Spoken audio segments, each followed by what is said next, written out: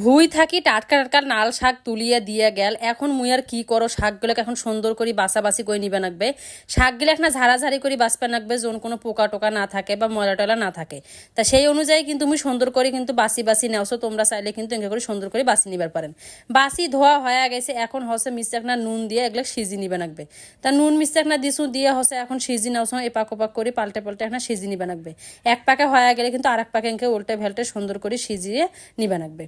তা মোর সিধে সিধে করা হয়ে গেছে। এই যে দেখো কি সুন্দর কিন্তু সিজি হয়ে গেছে, একবারে নরমও হয়ে গেছে। এখন মুই বাগার দিম, এর এখন দিয়ে নিন আকালি পেঁয়াজ আর হচ্ছে রসুন।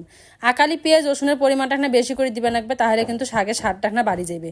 যেই এঙ্কে কালার হয়ে আসবে ব্রাউন কালার, তখন কিন্তু শাকগুলা এর মধ্যে দেওয়া দিয়ে সুন্দর করে হচ্ছে এই নাড়াচাড়া করবে লাগবে। যত সুন্দর করে নাড়াচাড়া করবেন সবগুলা মশলা একেবারে শাকের ভেতর ঢুকি ঢুকি যাইবে, আর শাকটা খাইতে সেই টেস্ট লাগবে, সেই মজা লাগবে।